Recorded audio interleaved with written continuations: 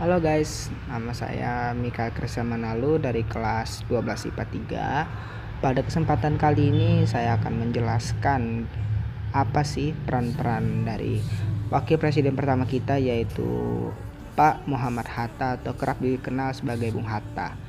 Nah, sebelumnya Bung Hatta ini dikenal nggak hanya sebagai pejuang kemerdekaan guys, tapi juga dikenal sebagai organisatoris, aktivis partai politik, negarawan, proklamator, pelopor koperasi, dan seorang wakil presiden pertama di Indonesia.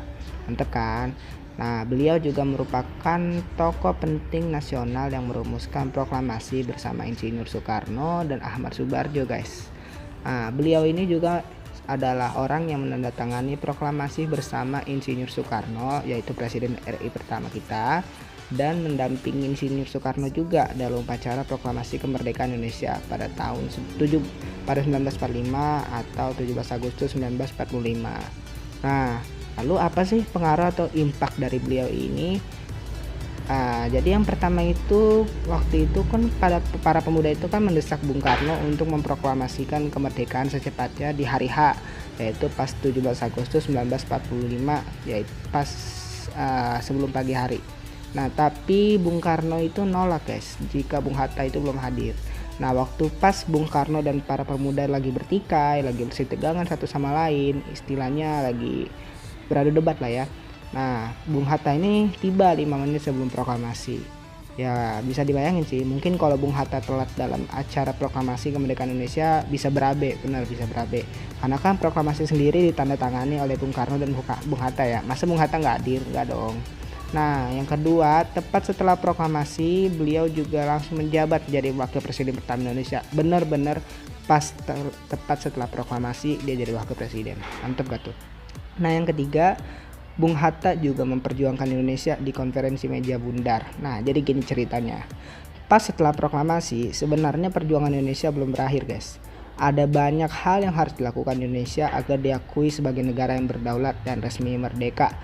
Setelah proklamasi itu, Indonesia masih harus berurusan dengan Belanda, karena Belanda masih ingin merebut Indonesia dan ingin menjajah kembali Indonesia. Buset, nafsun banget ya.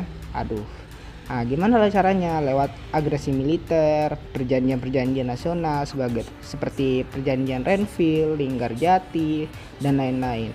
Dan ya, Indonesia mengalami banyak sekali kerugian dari hal-hal tersebut. Nah, pas di tahun 1949, dengan tekad dan kemampuan Bung Hatta ini, beliau bersama dengan Muhammad Rem dan Profesor Dr. Supomo di Belanda, Den Haag nama tempatnya. Akhirnya mereka itu akhirnya menarik simpati negara-negara lain di dunia dan mendukung Indonesia dan mendesak Belanda ke pojokan. Bedeh, mantap banget. Nah, dari hasil KMB inilah Belanda akhirnya menyerahkan kedaulatan sepenuhnya kepada Indonesia dan tidak akan menjajah kembali Indonesia. Akhirnya negara Indonesia resmi merdeka gitu. Nah, selanjutnya itu Bung Hatta itu nggak terlalu banyak ya sebenarnya. Kalau selanjutnya itu kayak waktu di PKI, gerakan 30 September, beliau itu kan udah nggak jadi wakil presiden RI lagi. Nah, pas itu Bung Hatta ya cuman menyampaikan kritik aja sih ke pemerintah lewat bukunya itu. Dia menyampaikan kesaksiannya. Kalau mau teman-teman mau tahu bisa cek juga di internet ada.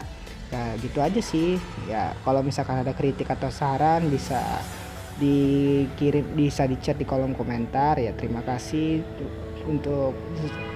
sudah mendengarkan penjelasan dari saya. Kurang lebihnya mohon maaf. Terima kasih.